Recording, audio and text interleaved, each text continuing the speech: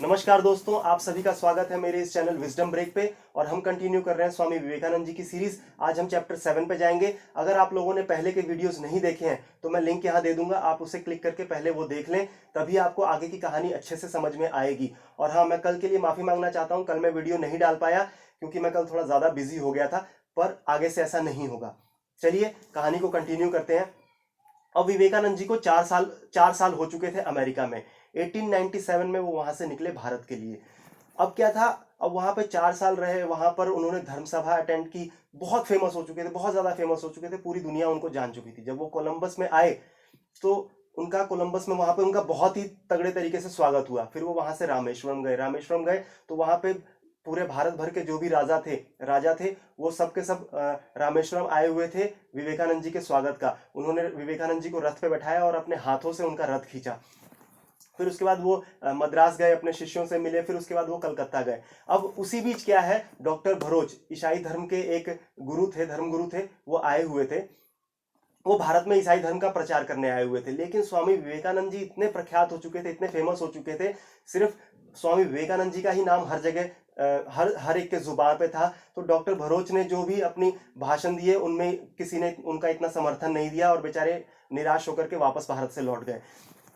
अब जब कलकत्ता गए तो कलकत्ता में उस समय अकाल पड़ा हुआ था। तो वहां के लोगों ने सोचा कि विवेकानंद जी के स्वागत में खर्च ना करके हम उन पैसे को बचा के रखें, वो अकाल में हमें काम आएगा। लेकिन विवेकानंद जी की ये मर्जी थी कि नहीं, जितना बड़ा हो सके उतना बड़ा स्वागत मेरा हो। वैसा ही हुआ, बहुत बड़ा उनका स्वागत किया गया।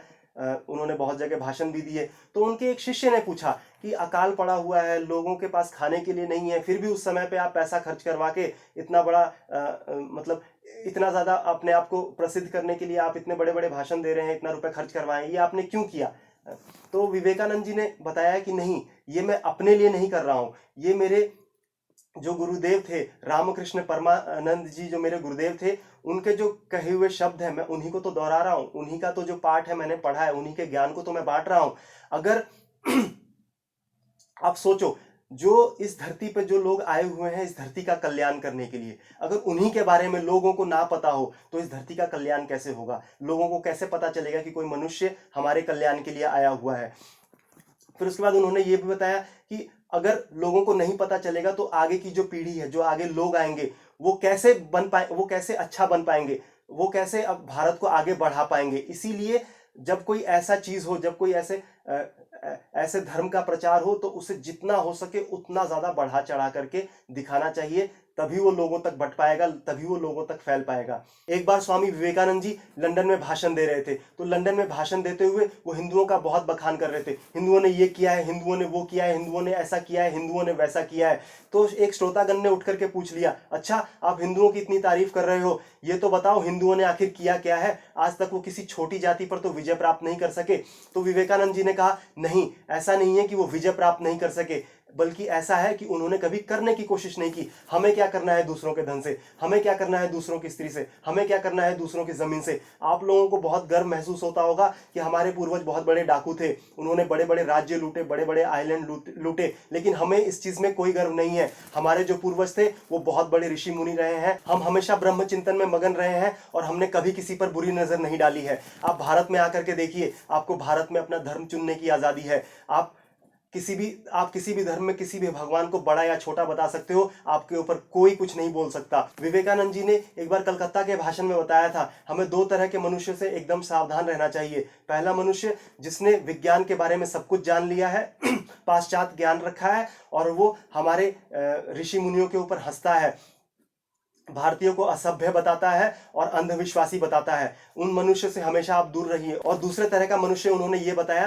कि जिसने पढ़ाई तो की है, जो शिक्षित तो है, लेकिन दूसरों के धर्म में कमी निकालता रहता है और उनकी कमी को उजागर करता रहता है। इससे अच्छा तो है आप नास्तिक बन जाओ और नास्तिक रह करके अपने पूरे जीवन को व्यतीत करो। क्योंकि नास्तिक को समझाया जा सकता है, लेकिन एक बार दिमाग में नेगेटिविटी घुस गई तो उस चीज को कभी नहीं निकाला जा सकता। वो गलत रास्ते पर ही जाएगा और अपने साथ औरों को भी गलत रास्ते पर ले जाएगा। उन्होंने इस बात को तो बहुत अच्छे से समझ लिया था कि संस्कृति ही युगों के आघात को सह सकती है, ज्ञान से उस चीज को नहीं सहा जा सकता, वो टूट जाएगा। उन्हें ये सारी समझ कहां से आई थी? उन्हें ये समझ पूरा विश्व भ्रमण करने से आई थी।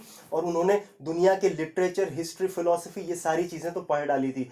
वो 200 पेज के 200 पेज की किताब 1 घंटे में पढ़ लेते थे, और वो भी सारा का सारा याद। आप उनसे किसी भी पन्ने से कोई भी सवाल पूछ सकते हो, वो आपको तुरंत जवाब दे देंगे। उन्हें चलता फिरता डिक्शनरी भी कहा जाता था। स्वामी विवेकानंद जी जब छोटे थे तो उन्होंने बहुत सारे धर्म किताबें पढ़ी थी, तो वो कभी कभी उनके दिमाग में सवाल रहता था कि आखिर इसमें ऐसा ही क्यों लिखा गया है।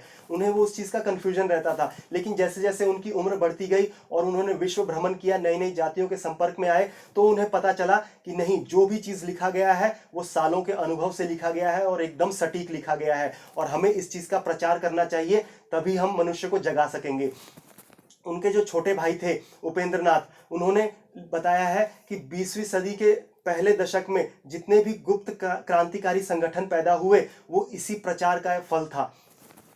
उन्होंने बताया है कि जो पुलिस ने 1927 तक जिन भी क्रांतिकारियों के घर में छापा मारा है, उन सभी के घरों में विवेकानंद साहित्य तो हमेशा मिला ही मिला है। उनमें 3 विषयों को बहुत ही महत्वपूर्ण बताया गया है।